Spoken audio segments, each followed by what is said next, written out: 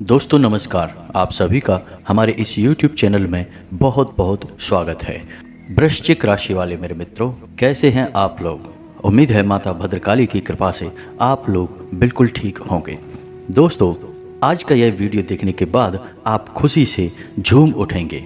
जी हाँ दोस्तों, क्योंकि आपकी राशि में कुछ ऐसे अनोखे योग का निर्माण हो चुका है जिससे सीधे तौर पर भगवान श्री हरि विष्णु की और माता लक्ष्मी की आपके ऊपर कृपा होने जा रही है, जिससे आपको ऐसी दो चीज़ें मिलने वाली हैं जिनकी आपको जीवन भर तमन्ना थी, जिसके लिए आपने जीवन भर मेहनत की है, प्रयास की है, लेकिन अब तक आपको वो चीज़ें मिल नहीं पाई हैं। जी हाँ दोस्तों, हमारा यकीन मानिए कि उनमें दूसरे नंबर की जो चीज़ है वो आपको इतनी अधिक खुशी देगी, आपको इतना अधिक सुख देगी कि जिसके लिए आपने सपने में भी कभी सोचा नहीं होगा। जी हाँ दोस्तों, अब आपका सपना सच होने जा रहा है। तो हो जाइए तैयार अपनी राशि के बारे में सब कुछ जानने के लिए। जी हाँ दोस्तों, और यह कोई साधारण वीडियो नहीं है, पूर्ण रूप से ज्योतिषीय आकलन के बाद ग्रह गोचर पर आधारित है। इसलिए इस वीडियो में बताई गई हर एक बात पत्थर की लकीर है और आपके जीवन में ये दो बातें अवश्य होने वाली हैं, इसे कोई टाल नहीं सकता है।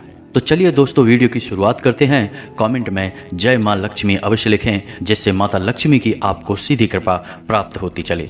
दोस्तों, इस संसार में कोई भी ऐसा इंसान नहीं होगा जो खुशी को न चाहता हो, यानी कि वह जीवन भर सिर्फ इसीलिए प्रयास करता रहता है कि उसे खुशी मिले, आनंद मिले और उसके जीवन में शांति और सुकून आए।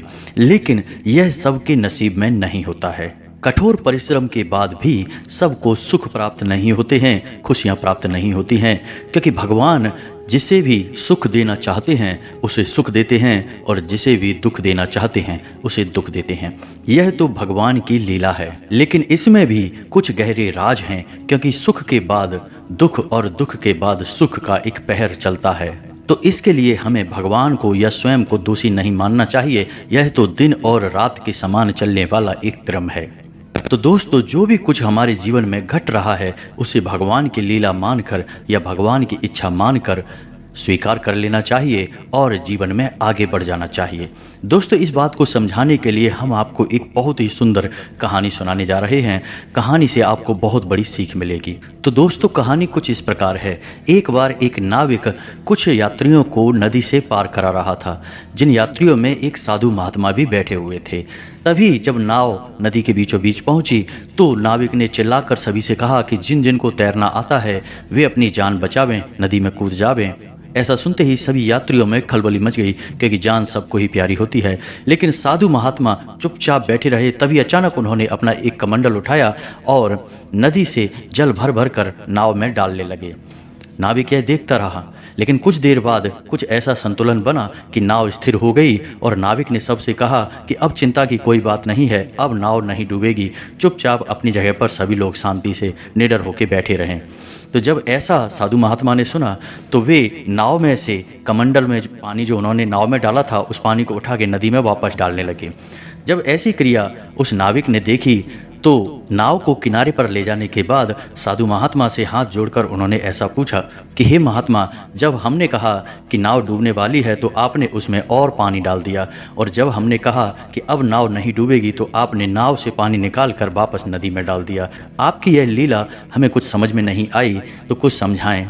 तो साधु महात्मा बोले कि जब तुमने कहा कि नाव डूबने वाली है तो हमने इसे ईश्वर की इच्छा मानकर ईश्वर का सहयोग करने के लिए और ज़्यादा पानी नाव में डाल दिया। लेकिन जब तुमने कहा कि नाव अब नहीं डूबेगी तो हमने उसे भी ईश्वर की इच्छा मानकर नाव से पानी निकालकर वापस नदी में डाल दिया।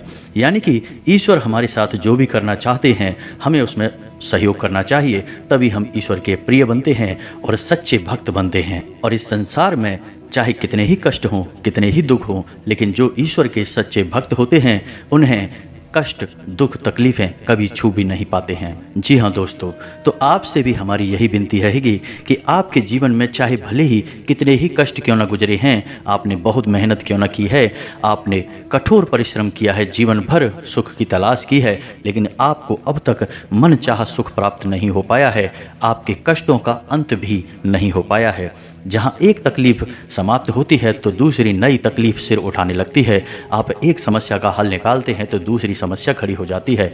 आपको ऐसा लगता है कि जैसे आपका पूरा जीवन ही इस संघर्ष में गुजर जाएगा। तो ऐसा नहीं है दोस्तों। ईश्वर इन संघर्षों के माध्यम से आपको कुछ न कुछ बताने की कोशिश कर रहे हैं, और तब भी यदि आपको कुछ खास समझ में ना आए, सिर्फ अंधकार ही अंधकार दिखाई दे, तो अपने जीवन की हर एक समस्या और तकलीफ को ईश्वर की इच्छा मानकर स्वीकार कर लेना है, लेकिन दुखी नहीं होना है। इसमें भी ईश्वर का धन्यवाद देना है कि हे प्रभु, अब मैं जो जीवन जी रहा हूँ वो आपकी मर्जी से जी रहा हूँ। तब ईश्वर भी आपसे खुश होंगे और आपके हर एक दुख, कष्ट और तकलीफ को हर लेंगे। जी हाँ दोस्तों, इस संसार में तकलीफ किसको नहीं है। हर एक इंसान पीड़ित है, परेशान है, और यदि आप गौर से समझने का प्रयास करें तो अपनी तकलीफ़ों का जिम्मेदार इंसान स्वयं ही होता है। कभी कभी इंसान ऐसे लोगों से सलाह ले लेता है जो सलाह देने के काबिल ही नहीं हैं, और कभी कभी इंसान स्वयं ही पथभ्रष्ट हो जाता है और अपने रास्ते से भटक जाता है और ऐसे ऐसे क्रियाकलाप कर देता है जिनकी सजा वह जीवन भर भुगतता रहता है। फिर वह कभी ईश्वर को दोषी मानता है, कभी भाग्य को दोषी मानता है। लेकिन इंसान यदि सतर्क होकर चले और भगवान की भक्ति में डूबा रहे और ईश्वर को याद करते हुए अपने हर एक कर्म को ईश्वर को समर्पित करता चले, तो उसे कभी कष्ट होगा ही नहीं, क्योंकि ईश्वर किसी के दामन में कष्ट नहीं डालते हैं। जी हाँ दोस्तों, हम जानते हैं कि आपने अपने जीवन में बहुत कुछ मेहनत करने के बाद हासिल करने का प्रयास किया है। आपने बहुत कुछ सीखा भी है। जी हाँ दोस्तों, आपने कई लोगों से धोखे सहे हैं, कई लोगों से आपने कई पीड़ाएं सही हैं। बाद में आप लोगों का सही आकलन करना भी सीख गए हैं। अब आप किसी पर अंधविश्वास नहीं करते हैं। लेकिन हम आपको एक बार फिर से सतर्क करना चाहते हैं कि आपको 2-3 गलतियां हैं जिन्हें लगातार दोहराने की आदत है। तो आज नहीं तो कल आप उसे फिर दोहराएंगे, तो आपको उन आदतों को त्याग देना होगा। तभी आपके जीवन में उन्नति और तरक्की होगी, आपके जीवन में विकास आएगा। जी हाँ दोस्तों, क्योंकि ईश्वर चाहे जितना ही आपके पक्ष में हो, आपको सब कुछ देना चाहें, लेकिन आप यदि लेने को ही तैयार नहीं होंगे तो ईश्वर आपको कुछ भी नहीं दे सकते। जी हाँ दोस्तों, याद रखिए कि ईश्वर स्वयं कभी आपके रास्ते में आकर कुछ भी आपको नहीं देंगे। ईश्वर तो किसी न किसी को माध्यम बनाते हैं। माध्यम कुछ भी हो सकता है, चाहे वह कोई धंधा या व्यापार होगा, चाहे वह कोई दूसरा इंसान होगा जो आपका मददगार होगा और आपको एक नई राह दिखाएगा। जी हाँ दोस्तों, इसके लिए आपको अपनी सद्बुद्धि कायम रखनी होगी और आपको अपने कर्म शुद्ध और स्वच्छ रखने होंगे। जी हाँ दोस्तों, तो 3 चीज़ें हैं जिनसे आपको हमेशा दूर रहना है। उन्हें हम पहले आपको बता देते हैं, फिर कौन सी वो 2 चीज़ें हैं जो आपको मिलने जा रही हैं उनके बारे में भी आपको हम बताएंगे। तो दोस्तों, आपको अपने जीवन में कितना ही तकलीफ क्यों ना मिले, कितना ही कष्ट क्यों ना मिले, लेकिन आपको भूले से भी क्रोध नहीं करना है। जी हाँ दोस्तों, आपकी यह आदत बहुत बुरी है। आप गुस्सा बहुत जल्दी हो जाते हैं, या यूँ कहें कि लंबी तकलीफ़ें सहते सहते, संघर्ष और कष्ट सहते सहते आपके मन में गुस्सा कहीं दबा पड़ा है, तो जरा सी चिंगारी मिलते ही वह भड़क उठता है और किसी अपने पर ही आपका क्रोध निकल जाता है, जिससे आपके रिश्ते भी खराब होने लगते हैं और आप एक भयंकर नकारात्मकता में घिर जाते हैं। तो आपको अपने क्रोध को जीतना होगा और आपको क्रोध को जीतने के लिए ईश्वर की भक्ति में जाना होगा। जी हाँ दोस्तों, भक्ति का मार्ग एक सात्विक मार्ग है।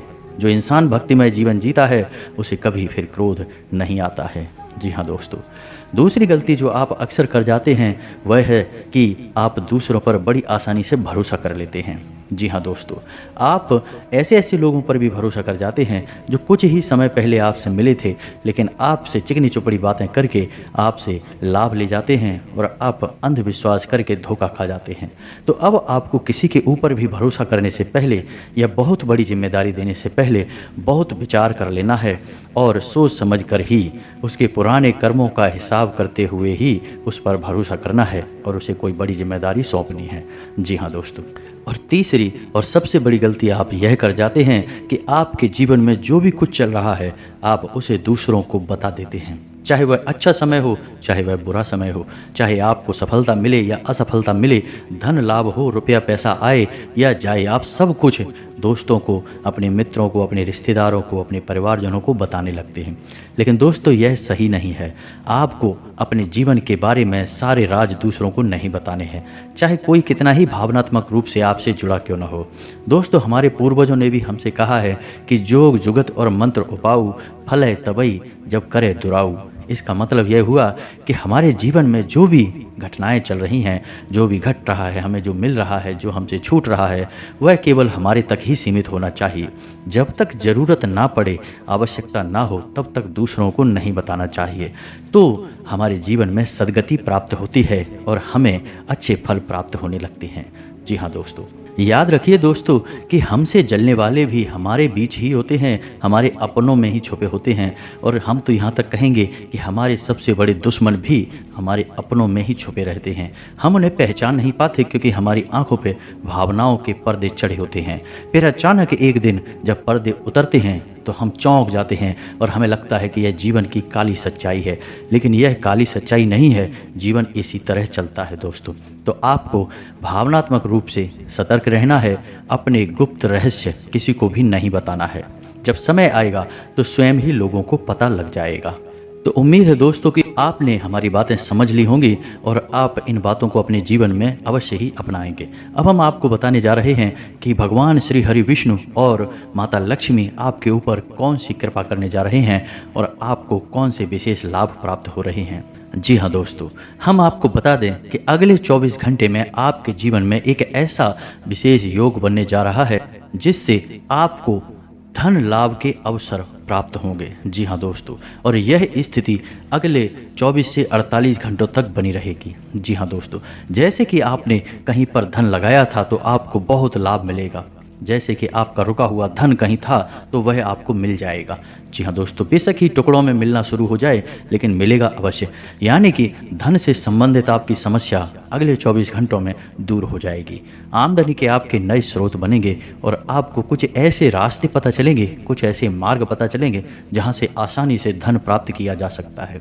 जी हाँ दोस्तों, जब ईश्वर देने पर आते हैं तो हमें रास्ते स्वयं ही मिल जाते हैं या फिर कोई ना कोई माध्यम बनकर हमारे रास्ते में आ जाता है और हमारा हाथ पकड़कर हमें सफलता की ओर लेकर जाता है। यही कुछ आपके साथ भी होने वाला है, तो हो जाइए तैयार।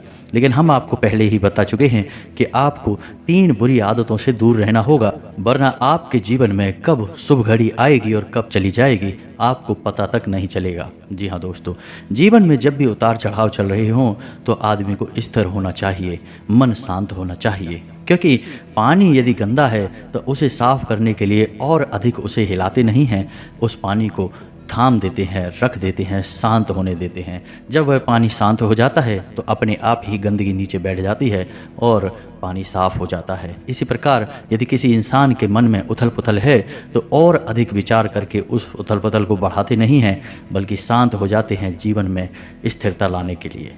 जी हाँ दोस्तों, तो अब आपको बताते हैं कि दूसरी सबसे बड़ी खुशी जो आपको मिलने जा रही है, जिसके बारे में आपने किसी को भी बताया नहीं है, यह गुप्त है, लेकिन आपको हम बता दें कि आपको आपका सच्चा प्यार मिलने जा रहा है। जी हाँ दोस्तों, यह बात छुपी हुई है, आपने किसी को बताई नहीं है, आपके मन में है। लेकिन हम आपको बता दें कि अब आपकी मन की तमन्ना पूरी होने जा रही है, आपका सच्चा प्यार आपको मिलने जा रहा है। जी हाँ दोस्तों, अब जो लोग शादीशुदा हैं, वैवाहिक जीवन में बंधे हुए हैं, तो इस योग का उनके ऊपर सकारात्मक फल होगा और उनका वैवाहिक जीवन बहुत सुंदर हो जाएगा। दाम्पत्य जीवन के सारे विघ्न विकार दूर हो जाएंगे और दाम्पत्य जीवन कांच की तरह साफ हो जाएगा, सुंदर हो जाएगा। जी हाँ दोस्तों, कोई भी योग हर एक इंसान पर अलग अलग प्रभाव डालता है। जैसे कि जो इंसान प्यार की तलाश में है उसे सच्चा प्यार मिल जाएगा।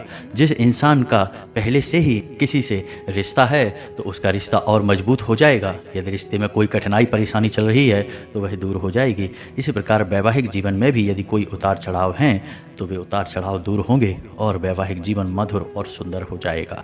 जी हाँ दोस्तों, परंतु हम आपको फिर भी बता दें कि हर एक योग का लाभ लेने के लिए आपको पात्रता रखनी होगी, यानी पात्र बनना होगा। ईश्वर की कृपा भरने के लिए आपको एक सुपात्र व्यक्तित्व बनना होगा, जिसके लिए आपको अपने व्यक्तित्व के दुर्गुणों को दूर करना भी सीखना होगा। यदि आप इसमें कामयाब हो जाते हैं तो आपको अपार सफलताएं मिलती हैं और आपके जीवन की हर एक विफलता सफलता में बदल जाती है। उम्मीद है दोस्तों आपको वीडियो में दी गई जानकारी पसंद आई होगी। यदि आपका वीडियो से संबंधित कोई सवाल है तो आप कमेंट करें, हम आपके हर एक कमेंट का जवाब आपको देंगे और आपका उचित मार्गदर्शन करने की पूरी कोशिश करेंगे। जी हाँ दोस्तों, तो पूरे भक्तिभाव के साथ कमेंट में जय माँ भद्रकाली लिखें और वीडियो को एक प्यारा सा लाइक भी अवश्य करें। मिलते हैं अगले ज्ञानवर्धक वीडियो में, तब तक के लिए धन्यवाद।